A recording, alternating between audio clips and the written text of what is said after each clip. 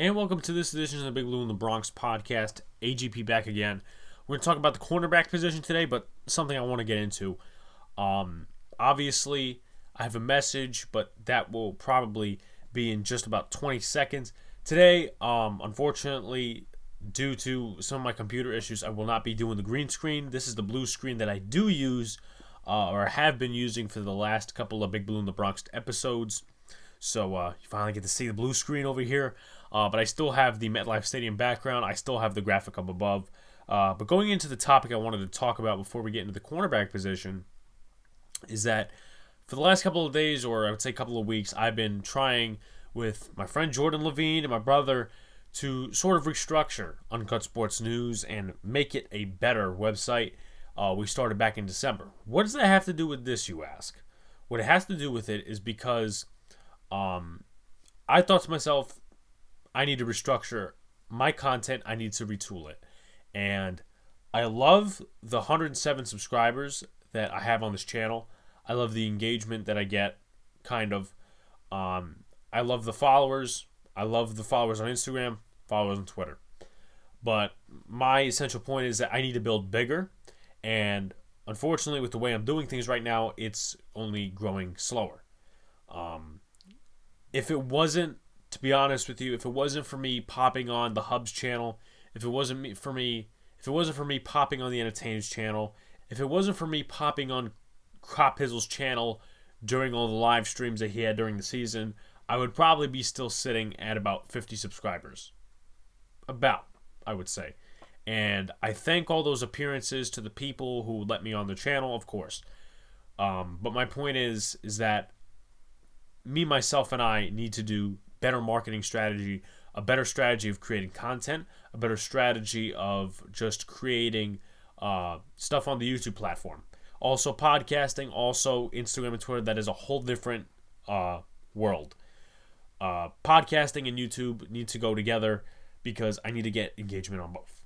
And why I said kind of like the engagement is because that I only get one comment once in a while and only get 16 views per video, and I only get, like, let's say how many likes. The biggest view videos are probably my live streams, and I only get so much engagement from there as well.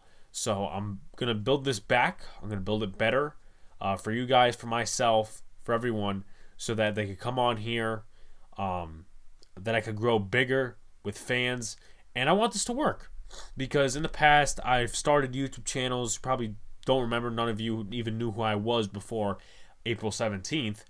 But my point is that before I had YouTube channels and I didn't even really know what I was doing. I never got to this point. And I want to keep this going. So obviously I'm going to start retooling my channel a little bit, probably use a different video editor, spend a little bit more money towards this, which means that Friday I will not be having an episode come out, despite the fact that it was supposed to be the partial top 30 Forgotten Yankees for myself. It's not going to be that way, and unfortunately, no podcast episode will be out. I am collaborating with Giants Brawl. I'll release one of the guys from Giants Brawl podcast next Monday, so that will be fun. They're a funny podcast. If you haven't checked them out, they're not your organic, give you the stats, give you this, give you that. They're a funny podcast that likes to crap on a lot of the Twitter bugs out there.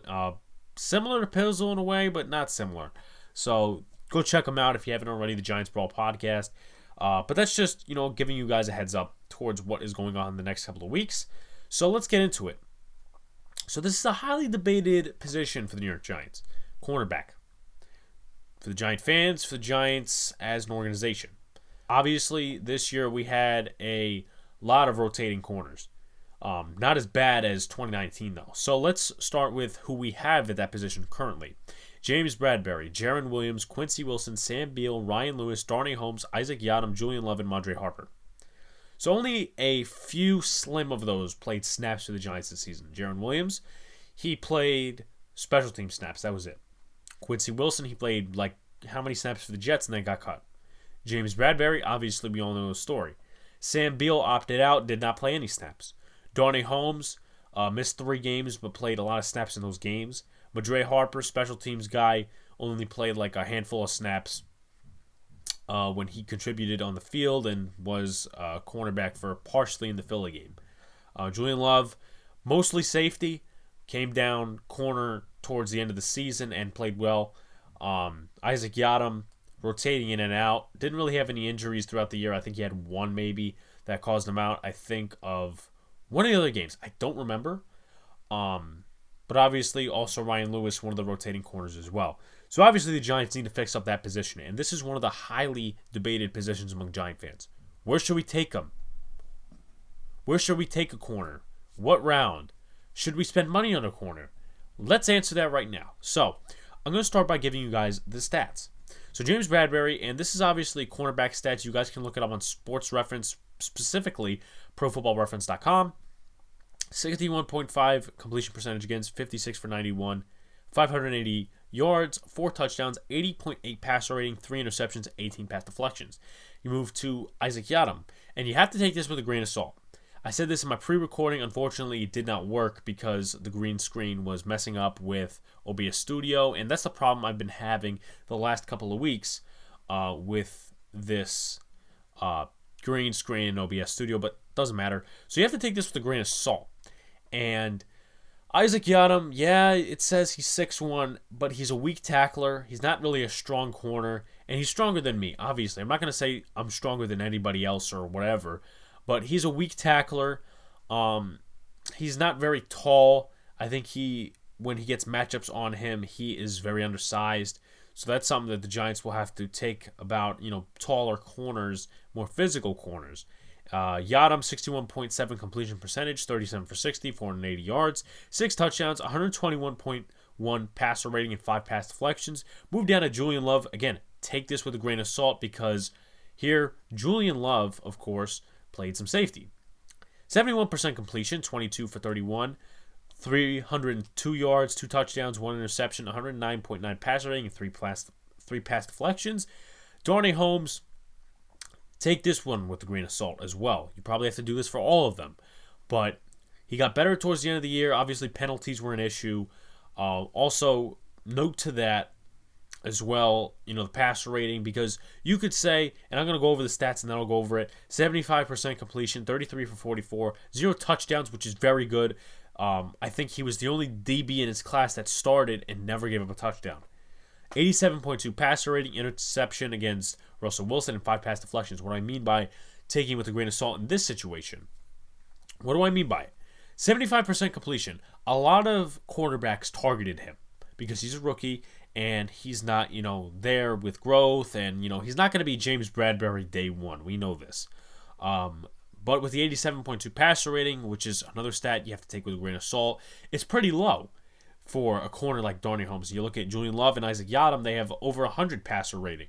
James Bradberry, under 100 with 80.8. So again, take that with a grain of salt, will you? So Ryan Lewis, again, take it with a grain of salt because he only played a handful of games, and you have to take note of what he gave up. Week 5, he gave up that huge reception to Michael Gallup, which basically set up the Greg Zuerlein game-winning field goal. And you also take into account that he gave up a reception to John Hightower, which set up the Eagles in Week 7 to score the game-winning touchdown. So 52.6 completion percentage, 10 for 19, 0 touchdowns, 83 passer rating, no interceptions, 1 pass deflection. Madre Harper played a little bit in the Eagles game because I think Lewis either got hurt or I don't know what they were doing with the cornerback spot. They also put Ballentine out there for a little bit. 100% completion, 3 for 3, 1 touchdown, 158.3 passer rating, 15 yards per completion. So that pretty much explains a lot with that. So, again, going back to the debate among Giants fans is whether the Giants should be taking this in a free agency or the draft. Let's lay out the options and the top options, and I will reveal my 4 favorites from free agency. You have Patrick Peterson, he's 31. Richard Sherman, he's 33. Josh Norman, he's 34. Same with Jason McCourty. Brian Poole, he's 29. DJ Hayden, he's 31. AJ Boye, he's 30. Mackenzie Alexander, 28. And Kevin Johnson, 29. The problem with this top-tier class of free agents is that they're older. If we were a winning franchise, if we were like the Chiefs or something, you can afford to take on one of these guys. If you're the Giants, you can't necessarily. Why can't you? because you're looking for a long-term solution. If you're building for the future, you have to take on a long-term solution. My 4 favorites. Michael Davis, he's 26 years old. He has played well for the Chargers in the past. He's coming off his rookie contract. I don't know if they're going to re-sign him, franchise tag him, whatnot. That would probably cost more than it would to re-sign him to a lengthier contract. He's not an elite corner, but he's a solid corner at the cornerback 2 position. I think he can play some slot as well. Desmond King, he was a Charger, but was traded to the Titans. He's also a contributor on special teams. Again, another solid option. Both are 26 years old. Same with the next one, Gary and Conley. And there's context to this as well as the next one, Ronald Darby, 27 years old. You have to take into account, and I learned this early on in the year with different sort of aspects. Ronald Darby, right? The Giants fans, including myself, wanted him in the 2019 offseason. Going into 2019, we said, you know what, we need a corner. We need to go get Ronald Darby. We ended up with DeAndre Baker, but that's not the point right now.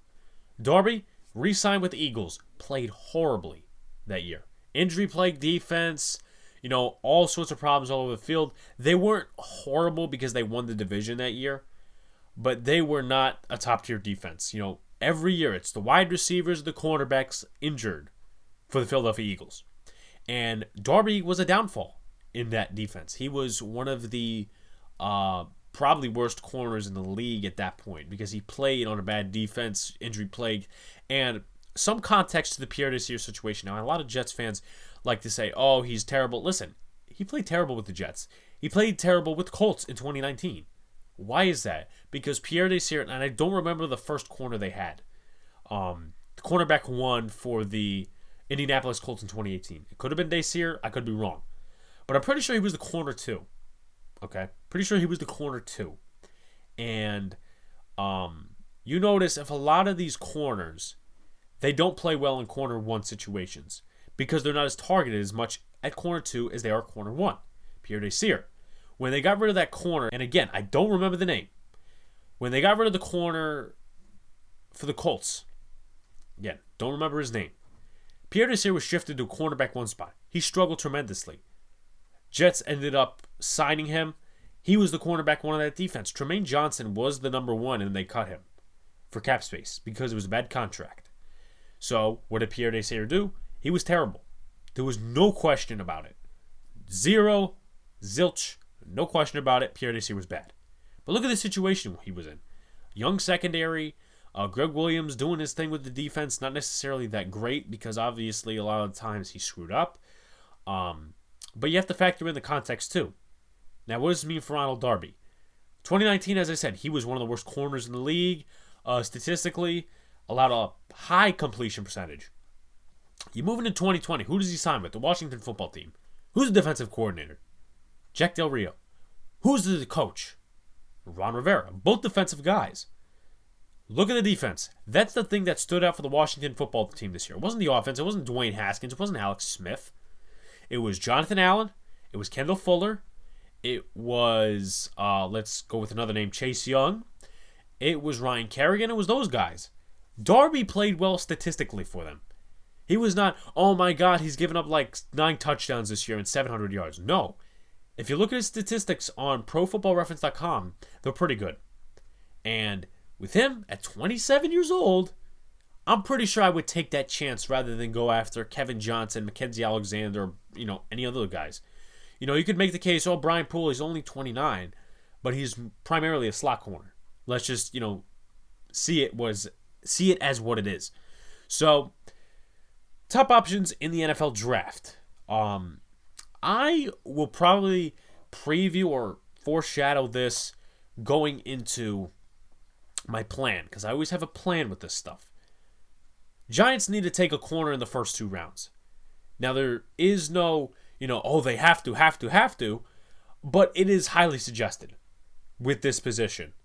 And I know a lot of Giant fans get PTSD from Amukamara and Eli Apple, but this is a new regime, this is a new coaching staff, this is a new general manager from that time.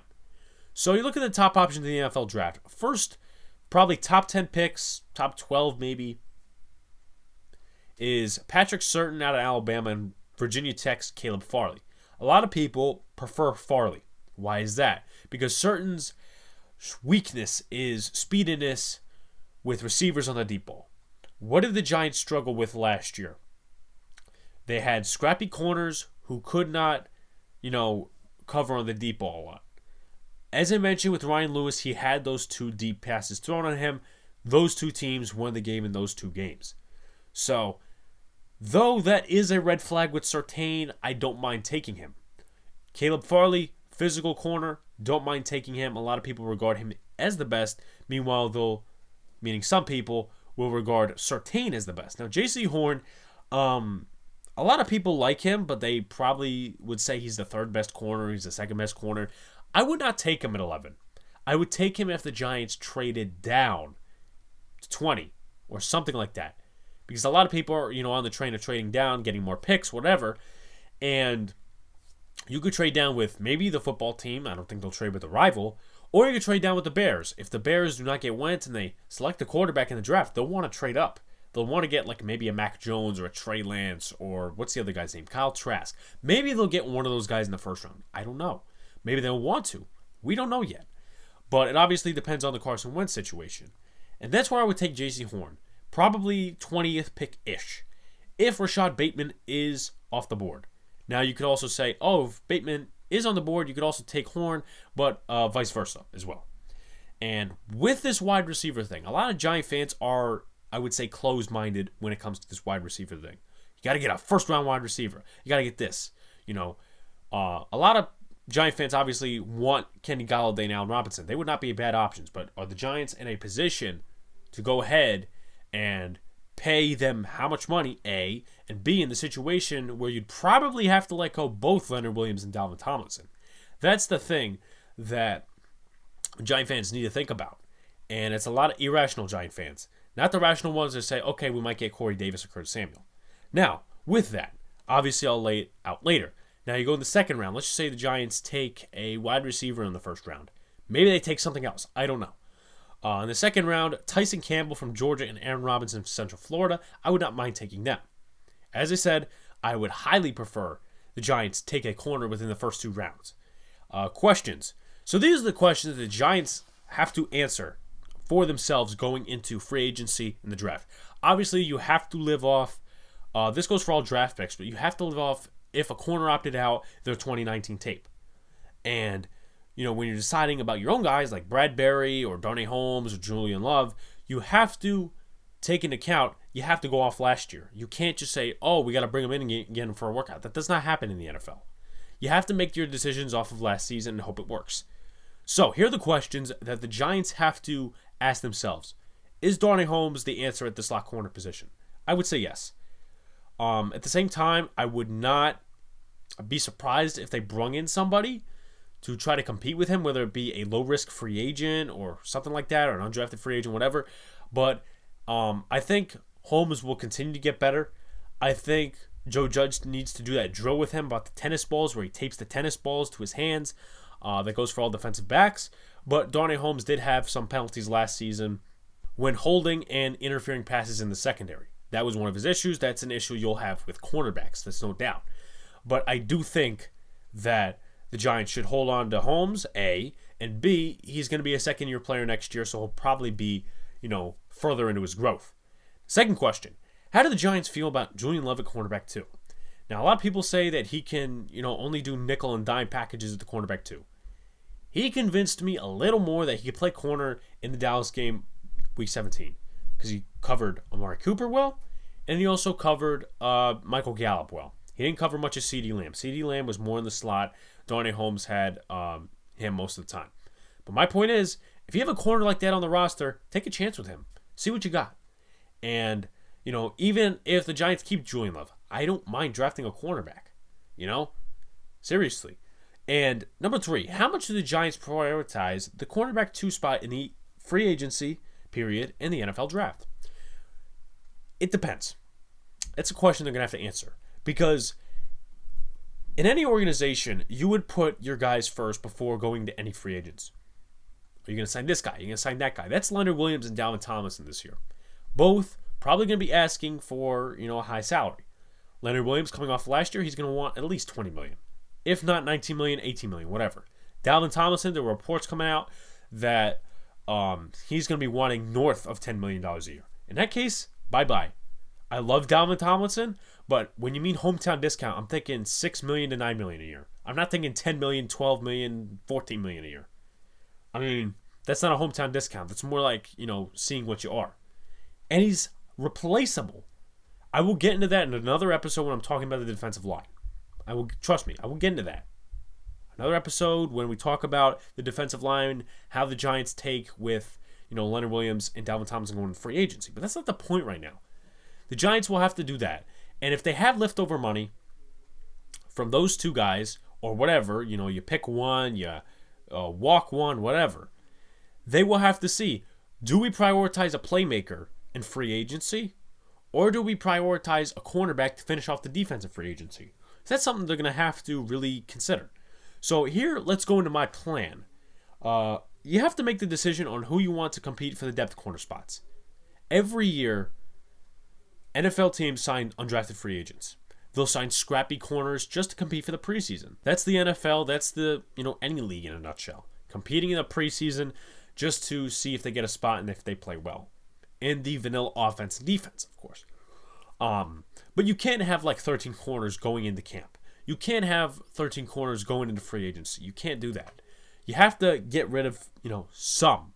Even if their, salary is not too much. Even if their salary is, not that great. In terms of, managing it. If it's too much, too little, whatever. So in that case, I would cut Isaac Yadam. Not because I didn't like his play last year and he got better towards the end of the season. But I don't think keeping him around, possibly if the Giants draft a cornerback, I don't think keeping him around for $2 million in a for the cap hit, I don't think that's worthy enough.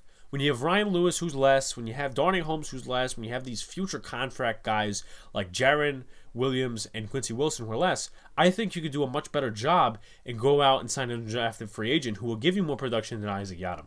Nothing against him. I would love to keep him, as a depth cornerback, not a cornerback too, as a depth cornerback. But at the same time, if you can make money, but at the same time, if you can make cuts, and if you could save money to re-sign Williams or Tomlinson or both, I would do that. There you go, cutting Isaac Yadam. And next step, prioritize Leonard Williams and Dalvin Tomlinson free agency. Then you probably would go with offensive needs. As I said, it's a tough call for me regarding, after the Tomlinson and Williams contracts, what I would do. But most likely, the Giants in that case would end up with the corner. Most likely. And I would not do what I would do with a wide receiver. If the Giants sign Corey Davis or Curtis Samuel, I would double up with wide receiver, to be honest with you. You could say, Darius Slayton, Austin Mack, Sterling Shepard, and Dante Pettis. Yeah, but one of those guys you could probably cut. Austin Mack or Dante Pettis. It has to be one of them. For a better receiver, for better playmakers. But my point is that I would not do that with corner. Julian Love, you invested a 4th-round pick in him how many years ago? You got James Bradbury. Donnie Holmes, a growing product. Probably keep a depth corner / special teamer around. So, in that case, I would not double up on corner. And in that case, I'd probably go with a corner in free agency. I would say playmaker, but Corey Davis, he's probably commanding around $8 million a year. With Curtis Samuel, probably about $10 to $13 million. The Giants cannot afford to pay that right now. At least I don't think so. So you're probably going to end up with a Michael Davis, Gary and Conley. One of those 4 options I presented, I would probably sign one of those 4, to be the cornerback too. And as I said, I would not double up on corner in the NFL draft. Now, obviously, as I said, if the Giants have money, sign Davis or King, one of the 4 options. Drafting a corner in the NFL draft, I would only do this in high rounds if the Giants don't get a corner in free agency. One of those low-risk corners, Davis, King, as I said. The 4 options I'm obsessed with this episode. That's what I'm talking about. If one of those 3 wideouts are on the board, Jalen Waddle, Devonta Smith, and Jamar Chase, I would take one of them. And maybe take Tyson Campbell or Aaron Robinson in the 2nd round. Now, in certain cases, I will take Pat Surtain or Caleb Farley over Jalen Waddle. When I'm talking about doubling up on wide receivers, I would do that in cases of taking a corner in the 1st round. Because I don't think And I wouldn't be against it if the Giants took one in free agency and first round of the draft. It obviously depends who it is. But my point there is that, finish off the corner position. Finish off taking the corner, in the first round of the draft. Because you have more impressive options, in my opinion, in wide receiver than cornerback in the later rounds. With wide receiver, you got Amon-Ra St. Brown. You have Terrence Marshall. You have, what's the other one? Tamorrion Terry. You have a lot of those guys in the later rounds. And you can afford to do that. It's not going to be, this much money. No, this is the draft. You can afford to do that. It just depends on talent and coaching. So in that case, if the Giants took Curtis Samuel or Corey Davis in free agency, I would take Pat Surtain or Caleb Farley. That would be, obviously, depending on free agency, that would be my strategy. Take Terrence Marshall, Amon-Ra St. Brown in the second round, maybe Tamorrion Terry in the later rounds. But I would definitely, in my opinion, prioritize playmaker within the first 3 rounds. Because the Giants cannot go out there in free agency in the draft without a playmaker. And if they don't prioritize wide receiver or tight end or whatever playmaker means to their minds, well, some heads will be rolling and Dave Gettleman might be fired and Giants fans will go ecstatic. So that is pretty much the end of the episode. Thank you guys for supporting. Thank you guys for subscribing. Subscribe to the YouTube channel. Currently still building it as we go. 107 subscribers going up. Thank you guys for over 100 as well. Thank you guys for the Twitter following, Instagram following. I appreciate that. I'm probably going to start a Patreon soon. Maybe I'll do a giveaway or something else like that.